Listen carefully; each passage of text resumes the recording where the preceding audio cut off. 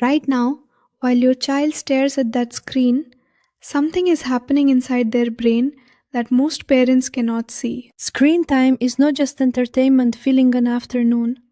It is actively training a brain that is still being built. Every session shapes how your child focuses, how they handle frustration, and how their brain physically develops over time. By the end of this, you will recognize things you have already been watching happen, and you will understand what they actually mean. Picture a typical evening in almost any household with young children right now, at this exact moment across the country. It is 6 in the evening, dinner is not ready, you are exhausted, and your child is quietly absorbed in whatever is on screen. That silence is genuinely useful. Screens buy parents 20 minutes of functioning time, and there is no judgment in that fact. But then the device goes off, and the child who was calm 30 seconds ago becomes someone you barely recognize for several minutes. Tears, bargaining, please, just one more, a reaction that seems completely disconnected from the size of what actually just happened. You have probably wondered whether this is their personality, their age, or something you are doing wrong as a parent consistently. The behavior appears in millions of children, which makes it feel normal. But the mechanism behind it runs considerably deeper than normal. Consider 2 5-year-olds side by side. Same age, same city, completely different daily experiences, shaping completely different brains. One spends 3 hours daily inside fast-paced video content. Short clips, constant novelty, autoplay removing every moment of pause. The other plays outside, gets bored, reads books where nothing moves, and has to invent ways to fill unstructured afternoon time. Give it a few years and their brains will be measurably, structurally different from each other, in ways a scan can confirm. This is neuroplasticity, the brain's capacity to physically reorganize itself around whatever it is repeatedly asked to do. Your child's brain in these early years is not a fixed structure. It is forming and pruning connections at a staggering pace daily. Whatever gets practiced gets reinforced. Whatever gets ignored gets pruned away. And right now, screens are running the training program. To understand what that training is actually doing, you have to start with dopamine, which most people misunderstand completely. Dopamine is not the pleasure chemical. It is the anticipation chemical, the drive toward reward, the pull to seek something more. Every time something surprising or novel occurs, the brain releases dopamine as a signal. That mattered. Find more of that immediately. Well-designed children's content is an engineered dopamine delivery system. Fast cuts, bright colors, a new stimulus every few seconds. Autoplay removes even the small friction of choosing what comes next, which means the reward loop never has a natural stopping point. You have seen the face your child makes the moment a video ends before the next one begins. The energy just drains out of them. That is not attitude, and it is not manipulation. It is a dopamine level dropping below the baseline the screen has trained them to expect. Children's brains are significantly more sensitive to dopamine than adult brains, and their reward systems take longer to reset afterward. Each high-stimulation session trains the brain to expect frequent, intense rewards, and then real life arrives and cannot compete.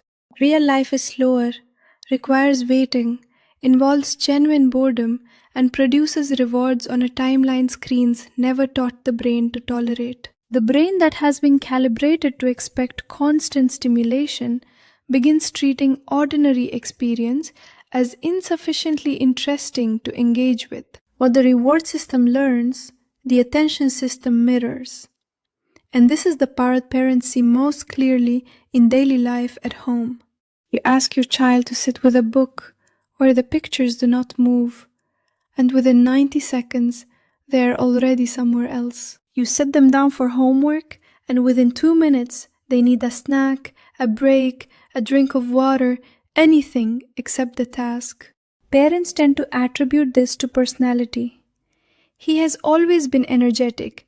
She has never been able to sit still very long. But what the research is actually telling us is that sustained attention is a skill that only develops through sustained practice of it. Fast-paced screen content eliminates that practice by design. It hijacks the orienting reflex, the survival instinct that tracks sudden movement. The screen forces attention continuously, which means the child never has to exercise the muscle of choosing to keep their attention in place. Studies consistently show that children with high exposure to rapid-fire content have greater difficulty sustaining focus on slower, demanding tasks. In school, in reading, in problem-solving, the exact contexts where attention most determines long-term outcomes, these children struggle measurably more. Their brain has not broken. It has been trained by speed to experience slowness as neurologically uncomfortable rather than simply quiet. The third thing screens are changing is the one that makes the evening explosion make complete sense once you understand the mechanism. When a child is absorbed in highly stimulating screen content, their nervous system is being regulated by the device, not by themselves. The stimulation keeps them calm and engaged, but it is doing that emotional work on their behalf, not teaching them to do it alone. Think of the screen as a digital anesthetic. It does not actually calm the child down. It occupies their attention so completely they cannot feel what they are feeling. They are not regulated while watching. They are deeply distracted, which looks identical from the outside, but functions completely differently inside. When the device is removed, it is not simply that something enjoyable went away. The thing managing their emotional state was suddenly taken. The brain responds the way it responds to any sudden loss of regulation. Distress, overwhelm, a reaction that looks disproportionate from outside. What appears to be a tantrum about a tablet is from the inside closer to a withdrawal response than a behavioral choice being made. Emotional regulation, managing feelings, self-soothing, recovering from frustration, is one of the most critical developmental skills a child can build. It only develops through practice, through sitting with discomfort and gradually learning to move through it without external help each time. When a screen consistently steps in as the emotional manager, the brain outsources that job instead of building its own capacity to handle it. The most significant research finding is not about behavior at all. It is about the physical architecture of the developing brain itself.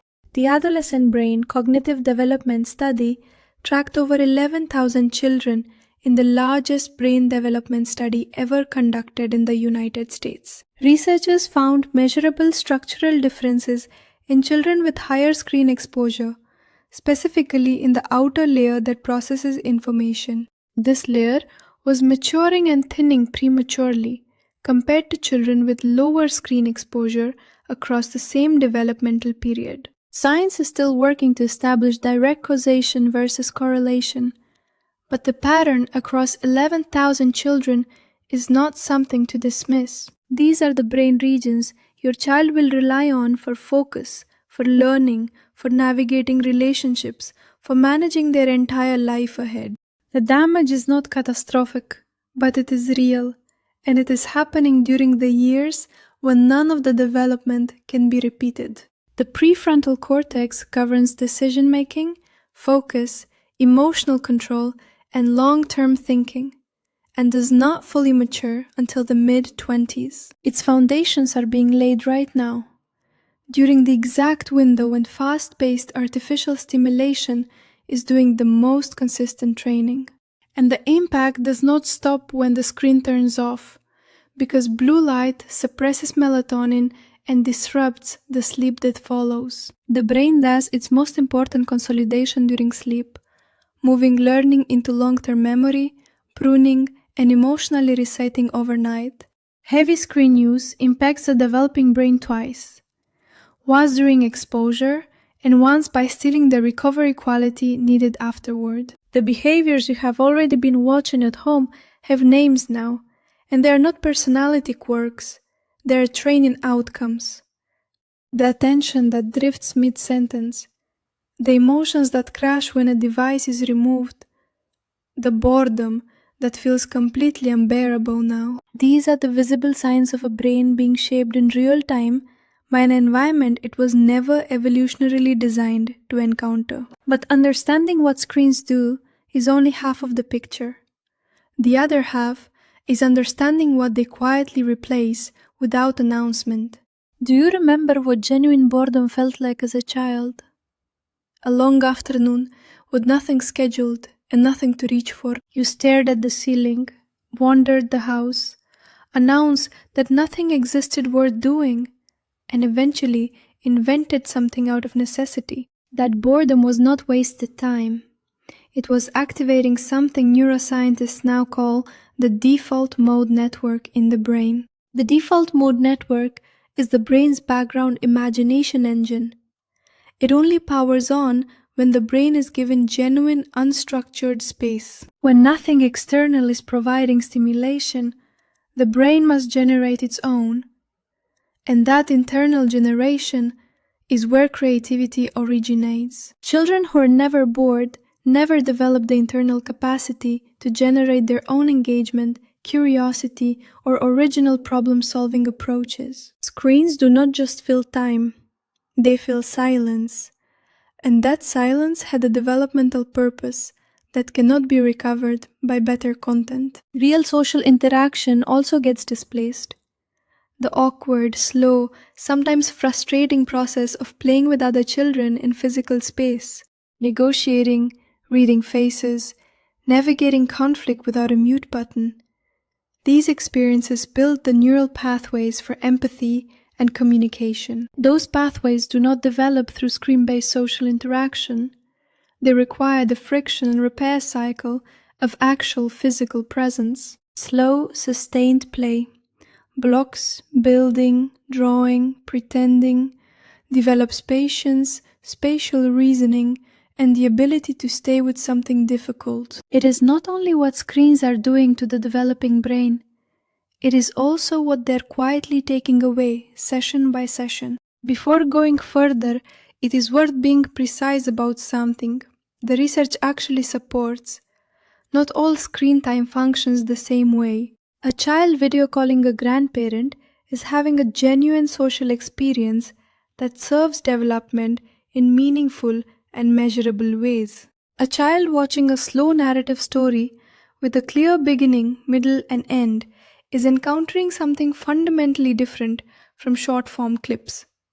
Educational content that pauses, asks questions, and invites the child to respond engages the brain participatorily rather than passively consuming it. The research is not arguing that screens are the enemy.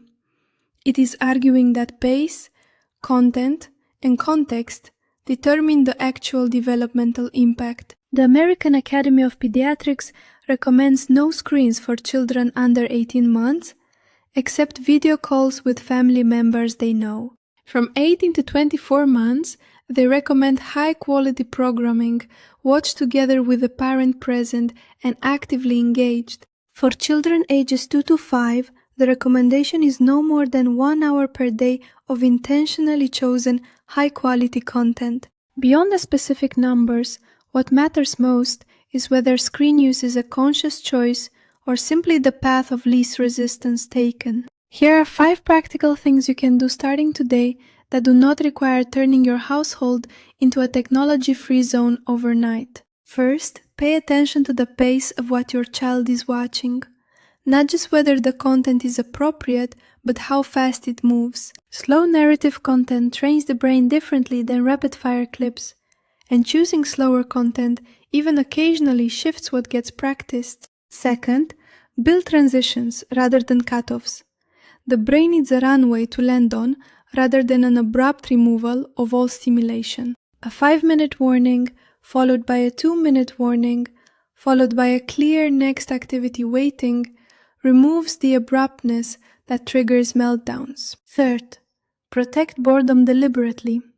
Resist the reflex to hand over a device the moment your child says there is nothing to do. That discomfort is productive.